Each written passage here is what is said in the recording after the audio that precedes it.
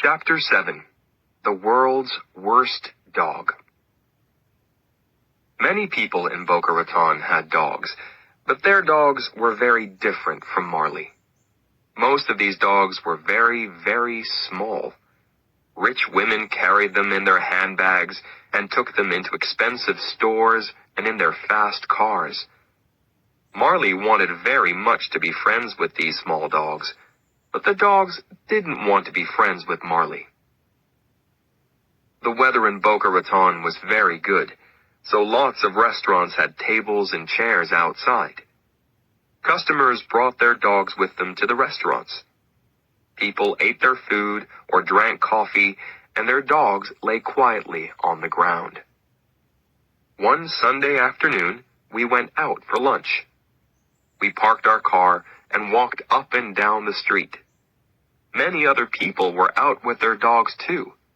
Marley walked next to me on his leash. We found a restaurant and sat down outside. I put Marley's leash around one of the legs of the strong, heavy table. The waiter came and we asked for some drinks. Then Jenny held up her glass happily. "To a beautiful day with my beautiful family," she said. Suddenly, our table started to move. It moved quickly between the other tables and the other customers. What's happening? I thought. Then I saw a small white dog across the street. "Marley's going to that dog," I shouted. "We have to stop him." We jumped up and ran after Marley and the table. "Sorry, sorry, sorry," we shouted to the other customers. I ran and grabbed the table. Jenny grabbed it too. We held it and it stopped moving. I turned around and saw the faces of the other customers. Everybody looked at us with their mouths open. We carried the table back to its place, and a waiter came. "I'll get some more drinks for you," he said. "No," said Jenny. "We'll pay for our drinks and leave." Jenny and I had another baby. This time it was a girl, and we named her Colleen. When Colleen was 2 months old, I had my 40th birthday. I wanted to do something exciting on my birthday, but it was a very quiet day. When I arrived home from work, Jenny was tired. By 8:30, all 3 children were asleep, and Jenny was too. I felt a little sad. I took a drink outside. I sat and looked at the ocean. Marley lay on the ground next to me. I thought about my life. Then I thought about Marley. He wasn't a puppy now. He was 6 years old. But he loved life, and he was very happy.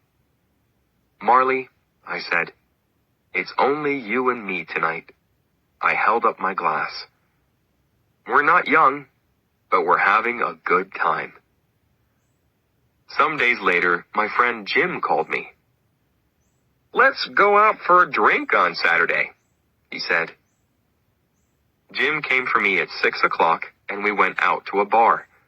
We talked and laughed. Then the barman called out, "Is John Grogan here? There's a phone call for John Grogan." It was Jenny. "The baby's crying," she said. "Can you come and help me?" "I'll take you home," Jim said. When we turned into my street, I saw a lot of cars. "Somebody's having a party," I said. Jim stopped the car outside my house, and I invited him inside. Then, suddenly, the front door opened. Jenny stood there with Colleen in her arms. She had a big smile on her face. I looked into the yard. There were lots of people around the pool. My friends and neighbors. "Happy birthday, John!" they shouted. I wanted to take Marley to the beach. You couldn't take pets onto most beaches in South Florida, but one small beach was different. Everybody called it Dog Beach. On Dog Beach, dogs could run freely. They didn't have to be on a leash. One morning in June, I took Marley to Dog Beach. There were lots of people with dogs, but the dogs were on leashes. What happened? I asked a man. The police came, the man said. We have to use a leash. So I walked Marley on his leash, but I felt sorry for him. After our walk, I gave Marley a bowl of water. Then a man arrived with a big black dog. It looked dangerous. Don't be afraid of him, said the man. This is Killer, but he's very friendly. He doesn't fight other dogs. I told the man about the police. That's stupid, he shouted. This is Dog Beach. He took off Killer's leash, and Killer ran into the water. Marley looked at Killer, and then he looked at me. I could read his thoughts. Please, please, please, I'll be good. I looked around the beach. I couldn't see any policemen. I took off Marley's leash, and he ran into the ocean after Killer. Marley and Killer played happily in the water. Other people watched them. Then, they took off their dogs' leashes too. The dogs ran into the water.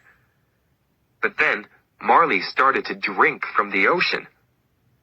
Stop that, Marley, I cried. You'll be sick. But Marley didn't listen to me, and he didn't stop drinking. Then, he started to turn around in the water. Oh no, I thought. I ran into the water. But it was too late.